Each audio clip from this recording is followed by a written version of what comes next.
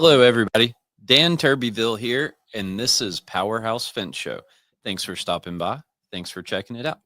This week, we're going to talk about efficient systems or pure chaos.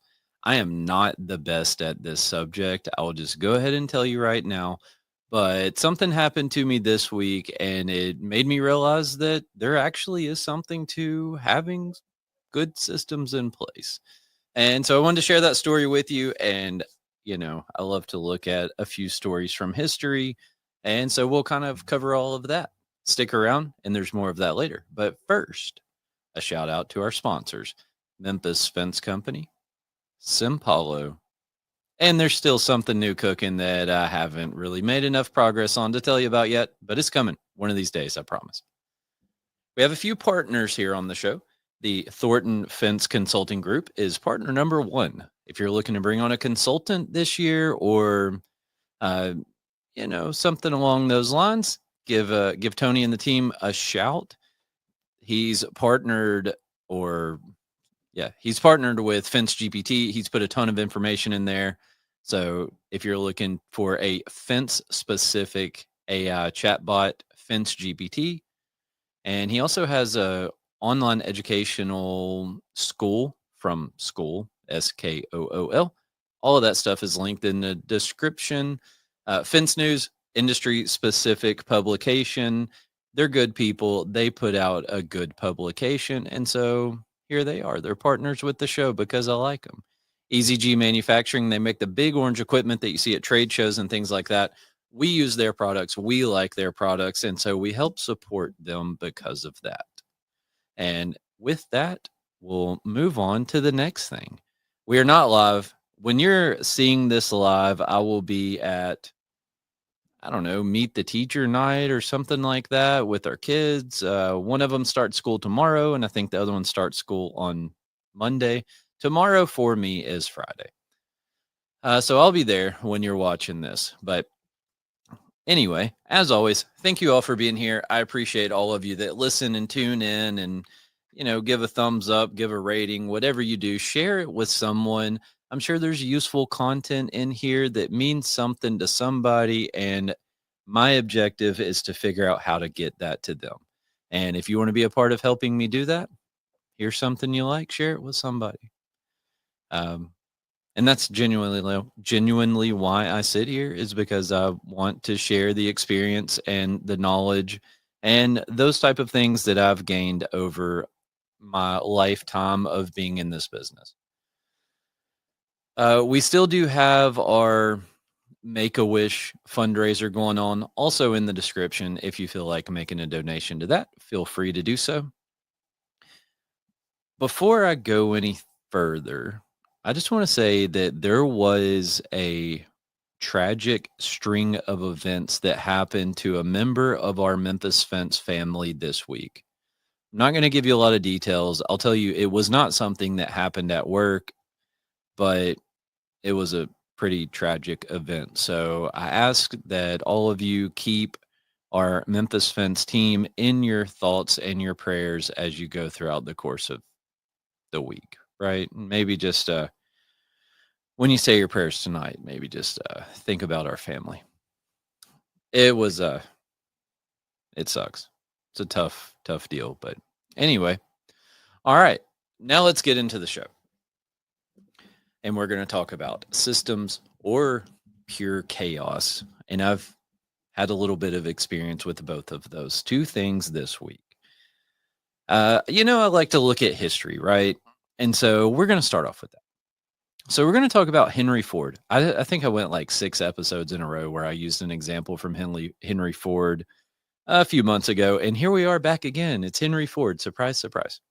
Probably the most famous example of making a system or, that resulted in a extremely drastic change, right? So before Henry Ford implemented an assembly line, which he didn't, I think that I don't know this for sure, but I believe he got the idea because he went to like a meat processing facility, which was kind of like a disassembly line. And he said, wait a minute, what if we flip that around the other way and built cars like that? But cars were built one at a time before the assembly line became a thing, and they were really like a luxury item. Only the super wealthy people could afford them. You know, us common folk, we would not be driving vehicles if they were not manufactured on an assembly line. Which honestly, when you go look at cars anymore, I kind of question if they're still using assembly lines or did they revert back to the like one at a time luxury items because they're all ridiculously expensive now. But nonetheless, by putting in an assembly line, they were able to drop production time from hours and hours and hours, maybe 12 hours, 24 hours per car. And they dialed it in and they got it down to like 90 minutes a car. Right. And so that really dropped the price of what vehicles were going for. It allowed us normal folks to actually be able to buy a car and led to the auto industry being what it is today. Ford, of course, grew like crazy. It made it easier for them to train people, onboard new people, for them to expand. Right, they already had systems in place, they had processes in place, and it's crazy how many times I sit down here and there's a bug flying in this room with me.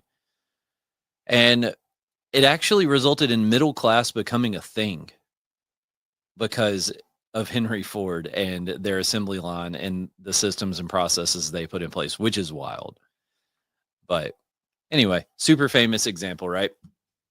So in the early days of Amazon, they didn't have the systems and the processes in place that they do now. And a lot of their order fulfillment and things along those lines relied on human memory or handwritten notes.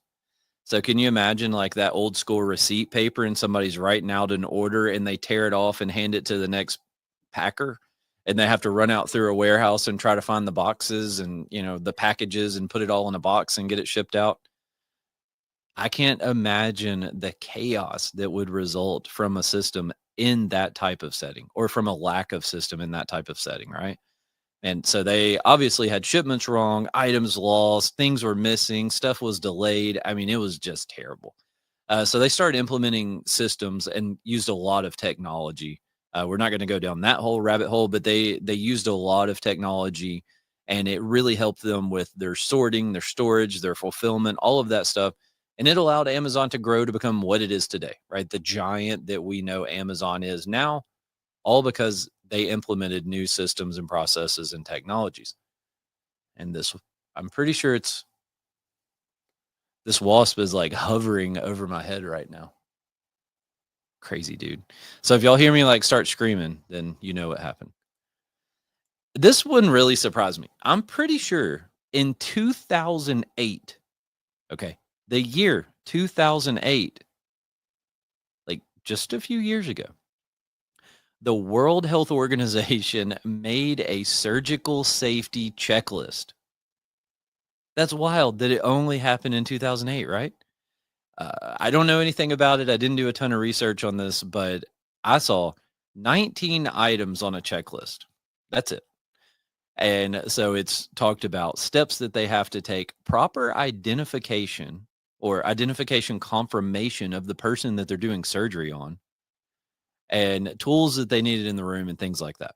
Okay, because they made this simple 19 item checklist, it said it reduced complications by 36% and reduced deaths by 47%. Now, it did say in tested hospitals, so I don't know what the rest of that story is. But anyway, that's massive reductions, and that is insane to me that it only happened in 2008. All right, that's all my history stories. The rest of it is all my life. So when I teach people to calculate material for fins, so we hire a new person, they, maybe their job is to sell wholesale material, maybe their job is to sell fence jobs, whatever their job is here, we always go through a very similar process to teach them how to calculate fins. And I have a list of items that I go through, and this is the way that you learn it. This is the order that you write all of these items down when you create a material list. And we start off, and I just take out a piece of paper and I start making drawings, right? And I'll make a square at first, or maybe a straight line. And then I'll step it up and I'll give them an L shape, and then I'll give them a square, and then I'll add gates, and then I'll come up with some crazy stuff. And I always try to trip them up, right, with how many line posts are in there and stuff like that. And that's how they learn. And that's how I teach people. And ultimately, it is how they learn. And I make them do it in the same order every single time. When you write down the material list based on my crazy drawing, you put all of the material in the same order. Every single time it's in the same order. And I think that's a very simple thing, but it's a very powerful tool and a great example of having a system in place instead of it just being chaos, right? Because now I have a mental checklist and I can go down that mental checklist every time I look at a material list for the rest of my career in the fence industry. And I know because I've memorized these, I don't know, 12, 15 items, whatever it is. And I can go down that list in my head and I can make sure that every single one of those are there. Now, obviously, as you develop and as you get into more complex stuff, right, you might start off with a residential fence when you only need one brace band per hookup. And then you add bottom tension wire and then you add braces and trusses and you add barbed wire and like you just keep adding stuff, right? And so now things get a little more complex, but that fundamental foundation of that checklist of items is always there. And to this day, if I'm reviewing a material list before I bid a job, before we order material, before whatever it is, I go through that list in my head and I make sure that every single one of those items are on there. Because I'm telling you right now, when we bid jobs, we make mistakes. When we order material, we make mistakes, and we have to have some sort of system in place that helps us to prevent those mistakes. And it's worth it. Just something that simple can really make a big difference, right? And a lot of times it does because we go through a material list before we bid a big job and we're like, oh, wait a minute, they're missing the tension bars, right? Or they're missing the bolts or they're missing the gate hardware, or like you can just kind of pick up on those things, right? And it doesn't matter what order the list is in that comes from the suppliers because you've got the list in your head and you can jump back and forth on that list from the suppliers and you can make sure every one of those items is on there. Really powerful. I strongly suggest every single person do that. So, uh, if you want my list, I can give it to you. I go terminal post, line post, caps, wire, rail and brace band, tension band, bolts, ties, gates, and hardware. Okay. Concrete. And then obviously, like I said, all of the other things get added onto there. Barbed wire. I mean, anything else that you have, right? But that same fundamental list is kind of where we start, and then we build on top of that. And then, like I said, as it gets more complex, you got to realize what other parts and pieces you need if you're going to calculate material by hand. We don't really calculate material by hand that much anymore unless it's some oddball stuff, but I still start off every person with that list. This is where you start. You got to learn the hard way before you get the easy way. I really feel like I beat that dead horse. I apologize. But yeah, helps us not to forget, right? And I think that one point is very important. When we ran residential jobs, I got so tired of people complaining about the same things, right? And I mean customers. And then I got tired of having callbacks for the same silly stuff. And so I made a checklist, right? And is this done? Is that done? Did you make sure this was right? Did you make sure that was right? And it was just a simple little, maybe half of an 8.5 by 11. The whole checklist fit on it. And we gave it to the crews. And every time they went out, before they said a job was done, they had to go through that checklist and make sure everything on there was right. Because I don't want the callbacks and I don't want to go back. When you bid a job, I don't know about you, but I personally don't really put money in there for callbacks and going back 3 or 4 times after the job is done and all that stuff, right? I look at it and I say, this is how long it takes to install the job. And yeah, I understand basically every job has some unexpected thing come up unless it's a super simple little repair. But most of the time, there's some kind of unexpected something or another that comes up. And so, I mean, we might put a little bit of extra time in there for that, but we're not putting extra 4, 5, 6, 8 hours in there to keep going back to the same job site. That checklist, I knew right off the top of my head what needed to be on it because we had gotten the calls, we had done the callbacks, we had had extra trips, we had had all that stuff. And so it was all fresh on our mind. And we eventually got smart enough to just take the time and sit down and make the stinking checklist.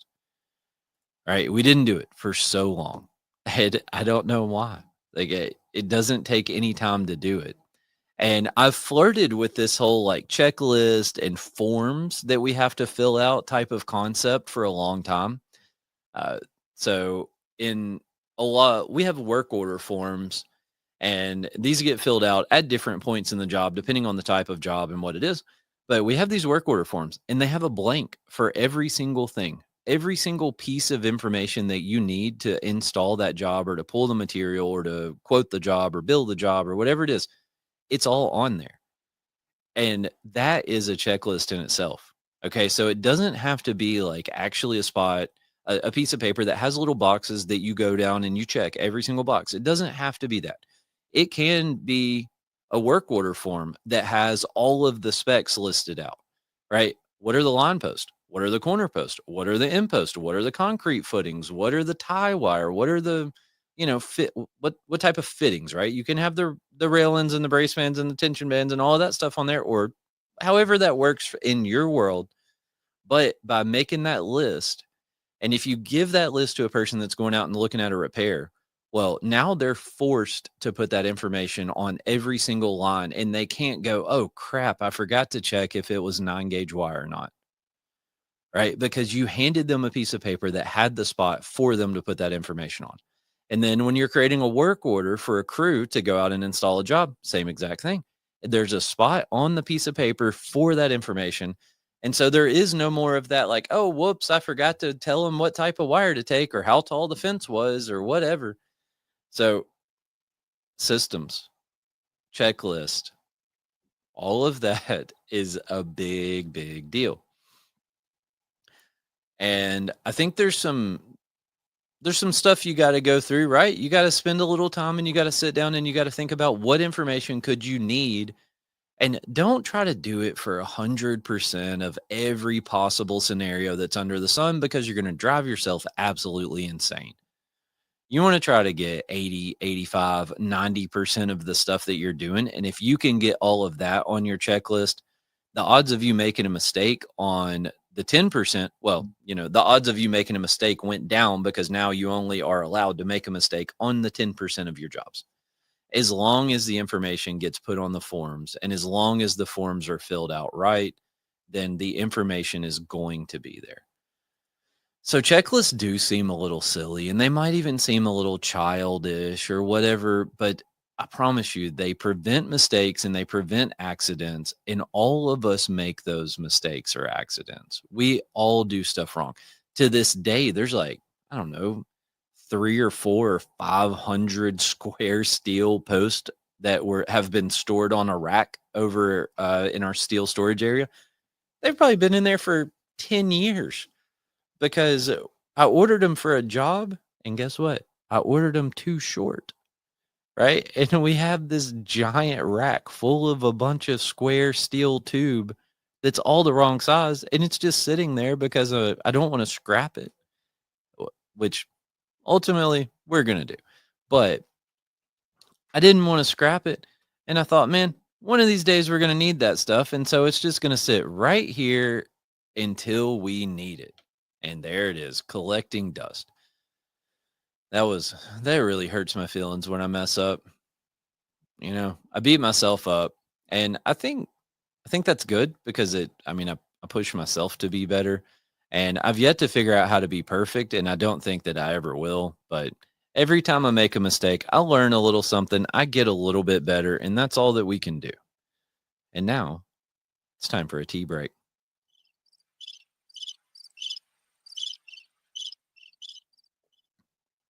I need to get a commercial or something that plays, but or I don't know, some kind of little audio file that I can play that's 5 seconds long instead of people listening to crickets. All right. So we've beat on the checklist. We've beat on the work orders. That's a standardized form. Okay. Standardized form. can be a work order, can be a checklist, it can be whatever you want.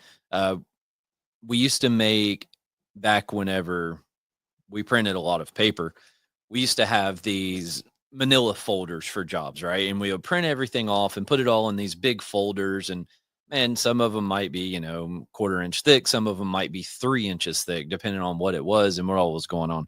And we burned through some forest. But what I did back then was I just made a checklist that went on the front of the folder. And it was intended to be a situation where we sold a job to a general contractor, or it also would work if we sold a job to a business or whatever type of local kind of private consumer, I guess we could say. And, in those scenarios, like I've got blanks on the form to fill something out, but I didn't use them because I didn't need them in that scenario, right? I didn't need to make a schedule of values when I sold a job to the car lot down the street. I didn't need to do AIA billing forms or whatever that is. There were spots on there for it, but it wasn't required. And so kind of going back to my whole, you don't need to try to build a form that's going to accomplish every scenario that you can possibly come up with. Well, you don't, but build it enough to where you can cover what you do on a regular basis. And guess what? You can always go back and edit it, right? When I made some work order forms and some other stuff like that. And I just made them in Excel because it's really easy to like adjust columns and get the lines lined up where you want them to be and all that. I struggle a little bit in Word when I do it. And then I just took them from Excel, exported it as a PDF, turn it into a fillable form, boom, done.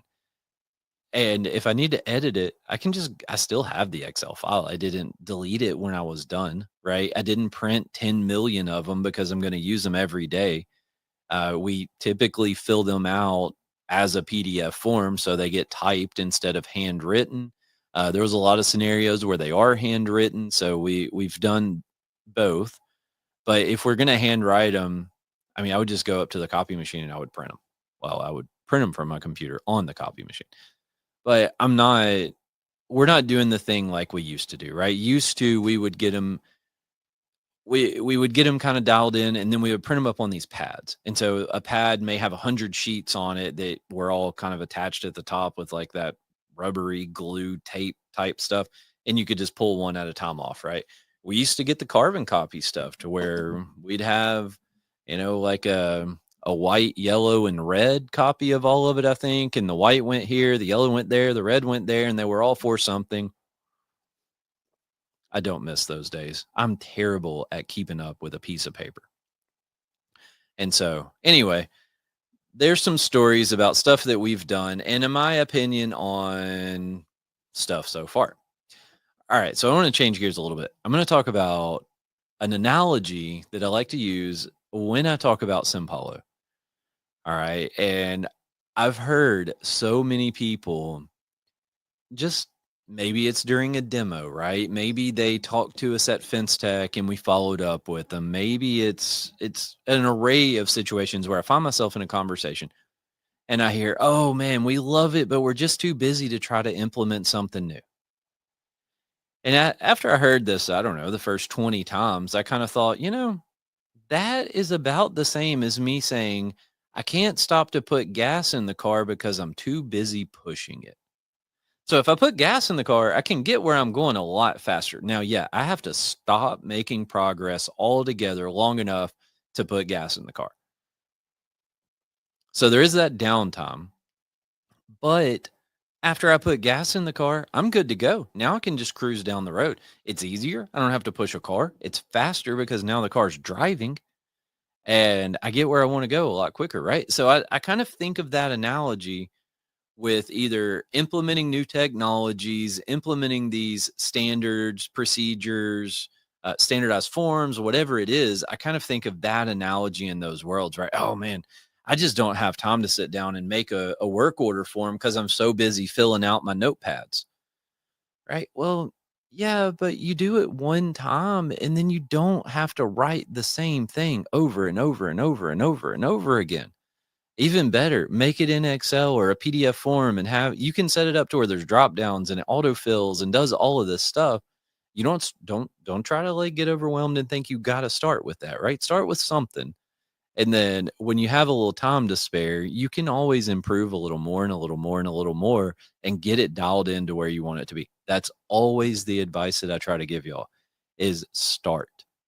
Don't start with shooting for perfect. Start with shooting for starting, right? Get something started, get to your in the software world, they call it a MVP, your minimum viable product. So when I started off to make Simpalo, they asked me, "What's your MVP?" And I was like, "My what?" Right? Like my most valuable player? I don't. What are you talking about? Right? And then I had to learn a lot whenever I was getting software developed. But anyway, I feel like I just yelled at y'all when I said "but." I'm sorry. So minimum viable product, right? What is the bare minimum inputs and outputs this software needs to have for it to be a useful tool in your business? So that same concept applies to when you're creating standardized forms and systems and processes and all of that, right? You can start there. What is the bare minimum input and output that you need from something for it to be a useful tool? Maybe that's half of an 8.5 by 11 that honestly just has square check boxes to remind you or your crew or whoever to do these 10 things before you say a job is done. Okay.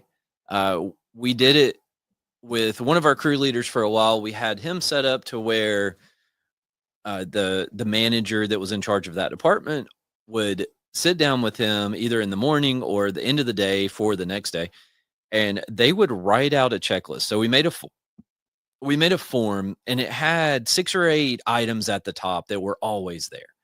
And then below that, there was just blank spaces.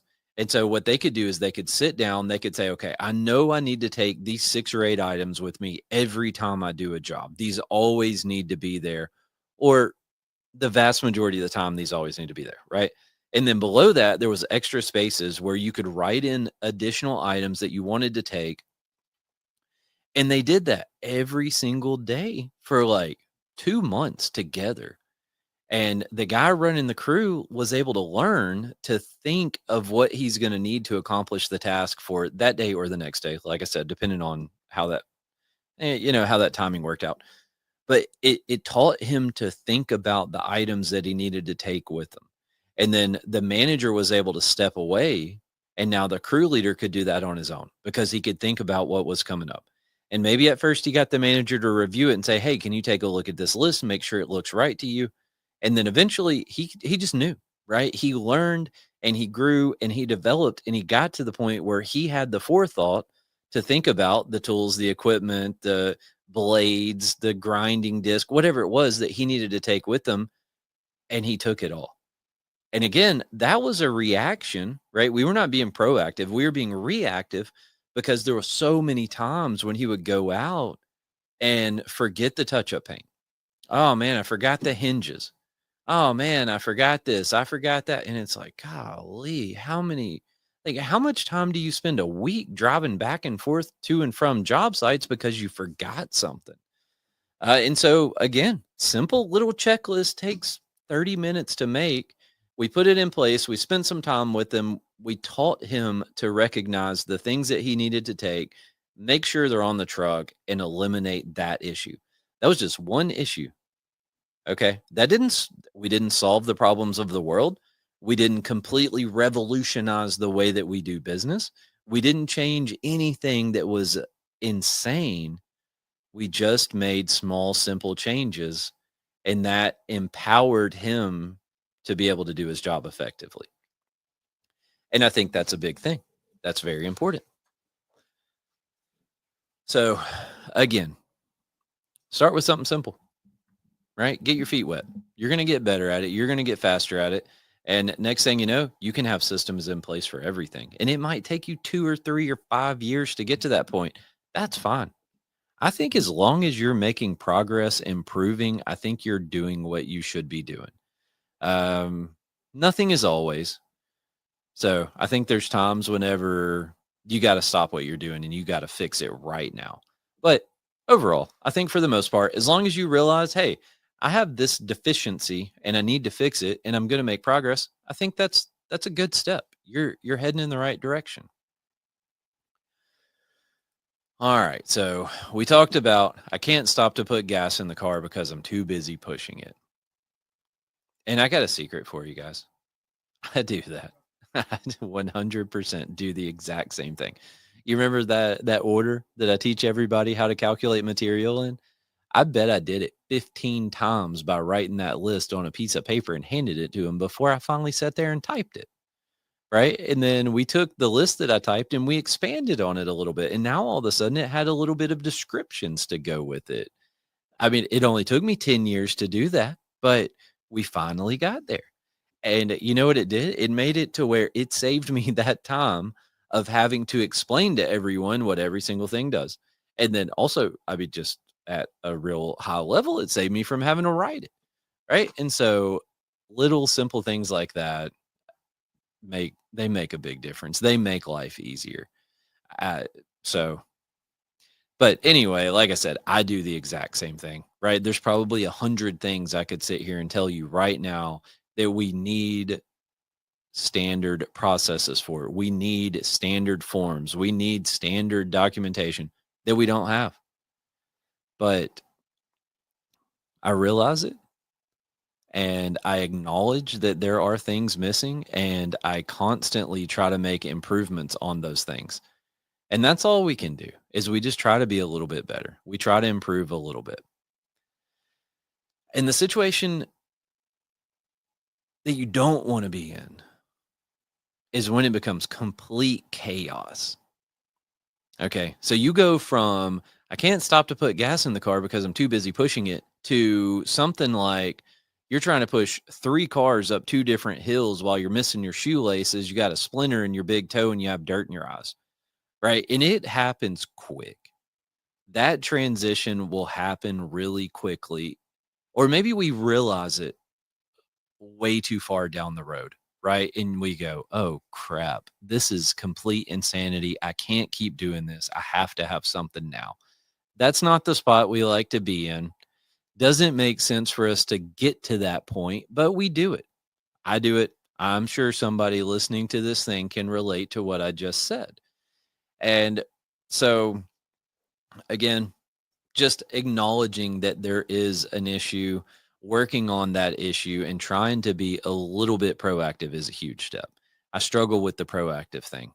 I'll be honest with you. I push some cars. Okay. I push some cars. And so I need to improve. And that's the reason I can sit here and talk to you about it, is because, hey, I need to do better. So I'm going to share that with the world. So let's talk about I made a SOP today, right? A standard operating procedure. And it wasn't quite to the point where I was pushing 3 cars up 2 hills and all that stuff. I wasn't quite there, but I was heading in that direction. And I said, okay, we need to do something because we recently brought on another estimator. So that makes 4 people in our general contractor commercial estimating department. 4 people just looking at plans, reading specs, bidding jobs. And we started down the same path, right? Of like, oh, well, let's show you this, let's show you that, let's teach you this, let's teach you that. And I said, wait a minute, we're doing this like tribal knowledge type of thing that is not good. And so I had the realization that that's what we are doing.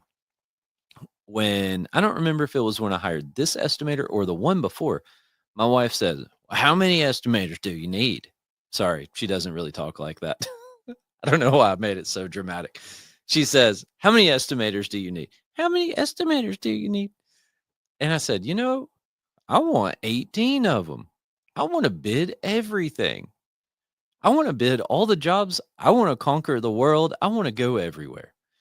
And so along those lines, you can't do the tribal knowledge thing. It doesn't work.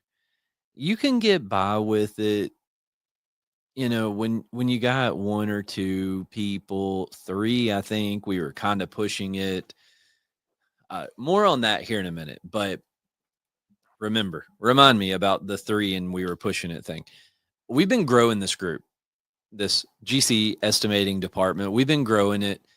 I had a system a couple of years ago. I really liked it. It kind of more fell apart, so to speak. And then we've gotten back to that point, right? In fact, we've grown past that point where we were. And so we've been growing and growing and growing and making changes and putting in new systems and utilizing technology and things like that over the course of the past year, year and a half. And so we've been kind of changing the way that we operate in that world. We've been making improvements, I believe. We've put systems in place. We've made it so that there is some accountability and like we can actually track data and we can see what's going on a lot better than what we could do before. So the fourth person was when I realized that I was completely crazy and I should not be doing the things that I was doing without stuff in place for it. So I had to stop pushing and we had to put gas in the car. We had a meeting. It's been a few weeks ago.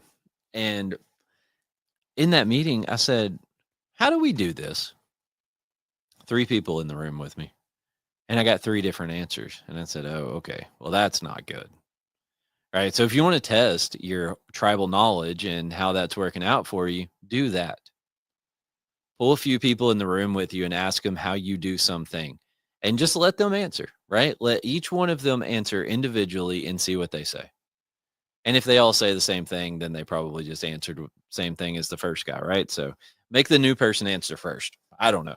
But I did it and I said, "Oh, yeah, this is bonkers." And then when we put person number 4 in place and started going through that stuff, I said, "Nah, this is really bonkers and we got to fix it. We got to change it." So today I sat down with Chat GPT and I said, "Hey, we're going to make an SOP." And this is what I want it to go over. I want it to talk about these items, this process, how we do these things, and we're going to standardize it right now. And this wasp is like still buzzing around in here. So we're going to talk about what we do. And I tell it. So at first, it gives me this giant list of 50 questions. And I said, whoa, whoa, whoa, whoa, whoa, whoa. You got to give me one question at a time. Okay. I can't try to answer 50 things at once. We're going to get off track. All that. Ask me one question at a time. Let's keep it on point. And I said, I want to complete one section of this SOP at a time. I don't want to try to write the whole thing at once. I want to complete one section. I want you to ask me one question at a time until we have that section done. Then we'll move on to the next. And I also told it, I want you to put the document in the canvas. Okay, if you're not familiar with the canvas that is in Chat GPT, and I know Grok has it, I'm sure others do, but it'll put like a side by side deal on your window there, to where on one side you have your normal chat, and on the other side you have like a text editor, a word processor, right? And so in the chat you can have your normal chat. In the canvas, you can sit there and you can type and you can modify the stuff that comes out. So if you don't like the wording on something, you can manually change it. There's little like comment bubbles on each paragraph, and you can click on those and say, hey, I want you to add this. I want you to remove it, expand, condense, whatever you want it to do. And then there's some other tools kind of down in the lower right-hand corner. There's a little button down there you can click and it'll expand up and give you 5 or 6 tools in there. And that'll let you adjust the length of it, adjust the reading level. You can kind of put like a final polish on it. There's a few things in there you can do, right? So if you're trying to make a document, tell it to put it in the canvas. It's pretty cool. All right. So yeah, well, I saw the text beside, right? And I just worked through that process and I just kept building one section at a time, ask me one question at a time. And so it would ask me to explain, how do you do this, this, this, and this? And so it wasn't really one at a time, but it was a way that I could answer at once. And based on the information I gave it there, it would start the next section. And then I would go through and click the little chat bubbles, right? Or the little comment bubbles or whatever by the paragraphs. And I would manually type and I would do all that stuff. And I came up with this SOP. It was pretty cool. Didn't take too long. I maybe spent, I'd say like an hour or 2, something like that, working on it. I'll give you a couple warnings. So if your document starts getting too long, it's going to get real wonky. ChatGPT is going to struggle if it gets too long. Someone told me yesterday that I should install the app on my computer. I use Mac. The one I have sitting up here has an Intel processor and I can't install it. I installed it on the one at home. I haven't really played with it too much yet, but that's the thing. I don't know if it works better. I don't know what the differences are. I think you had a couple different buttons on the the app that I installed on my computer at home. So it might give you a few more functions than what you have on the normal web browser based one. But anyway, like I said, if your document gets too long, it's going to start getting wonky. If you've got like 4 or 5 pages of text, that's about as far as you're going to want to go, right? So take the 4 or 5 pages, download the Word document, and then you get to the end of whatever section you're working on, tell it to clear the canvas, and then start on the next section. Because again, it gets too long, it gets too wonky. And you can, I will periodically export the document. So I'll in the top right hand corner, you can download it as a PDF or Word document or whatever. I do that periodically just so I don't lose it all if something crazy happens. And I'll also put a prompt in there every once in a while. And I say, give me a markdown file that I can use in another chat to get back to this point. I don't fully understand what's happening behind the scenes, but that's a way of doing some sort of backup, right? So now you can take that markdown file and it's kind of like a backup to that point. And if that chat goes completely sideways, you get off the rails, it takes a turn you don't like, or it just starts crashing all the time, you can take that markdown file and you can put it in another chat and you can start back at that point. That's a sorry. That's a really cool tip. It was something that I learned recently, and so it's cool. There you go. Now, time for a word from our sponsors.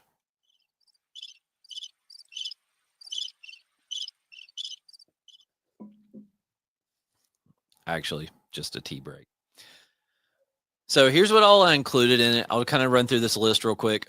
So I started with leads, right? Where they come from, what do we do with them? How do we qualify the jobs? Because there is a qualification process that we go through when we're bidding jobs to general contractors. We don't just bid everything that we get because some of the stuff we have no chance. We'll get an invitation to bid on a dumpster enclosure that's 18 hours away. And I'm like, can we really be anywhere near competitive on that thing? No, we can't. Now, if somebody came to me and like, hey, I can't get anybody to bid this, can you please give me a price? Then that's a different scenario, right? But we kind of look at them, we qualify them, we decide what we're going to bid and what we're not going to bid. And then next, we talked about the jobs. So where they entered, what information goes along with them, what documents get uploaded, what goes where, what do we put in Monday, what do we put in Simpalo, and then how do they get assigned to an estimator? So all of this is what I addressed in my SOP. And then I talked about bidders, right? How do we find who's bidding on that project, who we need to submit a price to? How do we record those people? Where do we document that? Because I don't want estimators spending 45 minutes every time they submit a proposal, digging through everything they can find, trying to figure out, oh, who do I need to submit this price to? Right. I want all of that done on the front end so that it's time to send in the price. They don't have to spend that much time on it. Then I talked about how we do takeoffs. So obviously we use Simpalo, just because it's the best commercial fence takeoff software on the planet. I'm just kidding. The best software is the one that works for you, but software is important. So don't miss out on looking for other technologies that will make things faster and more efficient. Okay. And I'm not trying to convince you to buy Simpalo, sign up for Simpalo, use Simpalo, whatever. I genuinely, if you use it, great. If you don't, use something.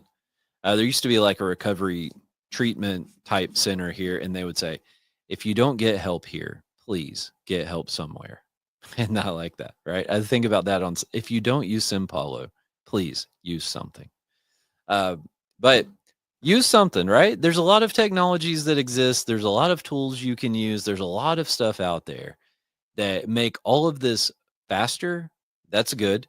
More accurate. That's good. And then, I mean, if you use something that's cloud-based or you got servers set up or whatever, and you just keep it forever until you hit delete or it purges or whatever that is. But I mean, you basically keep it forever. How many times do we go back and bid a job that we've bid time and time and time and time and time again over the course of the past 3 months, 6 months, 2 years, 5 years, whatever that is? Some of these jobs keep going through that process over and over again until they get it within budget, they get funding, they get whatever, right? Whatever things they're looking for happen before that job's finally awarded. And having it someplace cloud-based on a server, something like that, well organized, is huge, right? I like to go back and pull the stuff that we did last time and I say, oh, yeah, this is what that job was. Here, let's tweak it a little bit and we can bid it again. Um, all of our estimating stuff, we use Excel. We have spreadsheets that again, a thing that I worked on for probably 10 years to get it really where I want it to be. I bet longer than that. I bet 15 years. I've been fiddling with those spreadsheets, trying to get it to do what I want it to do. And I I always change it, right? I just changed it like 2 or 3 days ago. But I keep finding things that I want to be better is what it is, right? So I try to look ahead and I try to think, okay, this is where we're going. And I don't say this is where I want us to go. I say this is where we are going. What are we going to need to get there? And that's the changes I try to make. And so my Excel spreadsheet that I use, we all have shared folders set up. We all can access everything so we can collaborate on projects. We can look back at somebody's job that they bid 3 months ago if we have to rebid it because they're covered up. It's all documented, it's all noted, it's all there.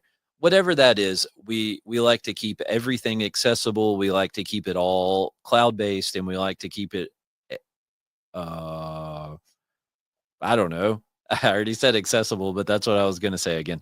I like it so that multiple people can access it for collaboration. And I like it that I can access it or that another estimator can access it from their phone, from their tablet, from whatever, right? You can have access to it. So all of that stuff is really cool. If you don't have a system like that in place, I suggest that you think about it and maybe just spend some time pondering on what it could be like and think about some scenarios where maybe you were out of town on a job and you got a phone call and they're like, "Hey, I need to know how much that gate cost." And you say, "Oh man, I can't help you with that till I get back and it's going to be 2 weeks before I'm home." Right? Some scenario like that happen, cloud-based stuff not a problem. Long as you have internet, you got access to it. Okay. Anyway, we're going through my SOP, right? So we talked about how we did takeoffs. How do we get material prices? Uh what do we send to vendors? Or do we keep current prices on anything? Like kind of went through that whole that deal, right? And then we talked about the schedule.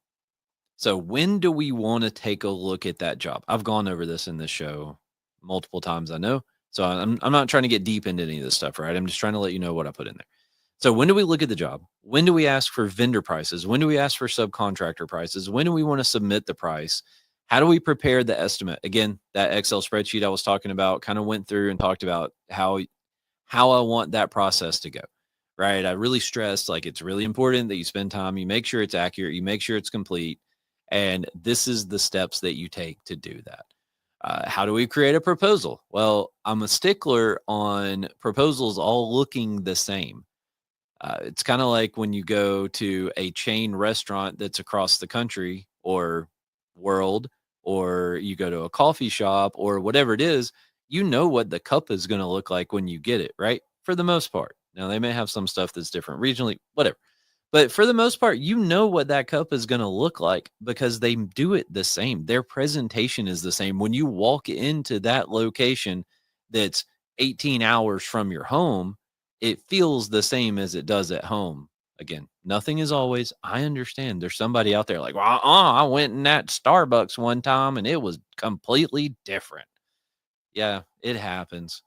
But overall, that's why people go to chain restaurants because you know what to expect when you walk in the door, right? So when you travel and you go eat at Chili's because you got a Chili's back home, well, you know what to expect, right? That's the whole point. So anyway, I like our proposals to be that thing. I like it to be where they're consistent and people know what to expect when they get proposals from us. How do we submit it? When do we submit it? Who do we send it to? What do we do after it's submitted? So, how do we store the proposals? And then finally, I talked about follow ups. So, how do we do follow ups? When do we do follow ups? How often? How long? All of those things. And throughout, I had put some explanations of the whys behind things. Um, and obviously, I put the how, I put the who, and I tried to put the whys. I probably need to add a little bit more, right? The thing, I sent it out to the team today and I said, hey, take a look at this and let's, give me feedback. Let's see how we can make it better, get it dialed in a little bit. So the thing I made today is not the final draft. It's just a draft. So that's what was in there. And that's my 2 cents on all of that. I actually looked up the origin of that phrase today, and apparently it's unknown. They said that it possibly goes back to a penny for your thoughts, which was a saying in England. And I kind of think that people in America were like, well, if your thoughts are worth a penny, ours are worth two. I have no idea, right? But there was there possibly was some ties to like some gambling, some poker, something like that. Like you had to put 2 cents on the table to keep playing. You know, anyway, interesting that people don't really know where that saying came from. But yeah, this whole thing was on my mind today because, well, it's kind of a piece of what we've been living here lately. I knew I couldn't keep expanding and keep going where we are going to go. Again, not where I want to go, but where we are going to go without getting everybody on the same page. Told you I had the meeting, 3 different answers from 3 different people to the same question. I said, nah, man, this just doesn't work. We got to do better. I have to do better. And so today I took a step in trying to be better. I didn't solve the problem. I didn't change the world. I didn't fix the world. I just took a simple step headed in the direction. And all of this whole thing is stuff that I've already told you I'm not very good at. I need to spend more time working on. I need to do it better. But I understand that and I can start, right? I can start improving stuff and start putting in systems and processes. And at the end of the day, like I said, it took a couple hours, right, to get kind of through that first draft. So maybe my goal is to do one a month, right? Instead of just trying to rush into something and get burnout and go crazy, maybe I just start and say I want one a month. And then maybe I just do one a month and I maybe do it forever, because by the time you get through it, the first one you made might not be relevant anymore. Anyway, I think I'm done, but I do need to work on it. I bet there's some folks out there that probably need to work on it too. And with that, I am going to hit end. And I appreciate you all being here. I appreciate you listening to my random rambles every week. If you need something, if you have questions, if you want me to talk about some specific stuff, let me know. I'm always around. I'm not hard to find. Thank you.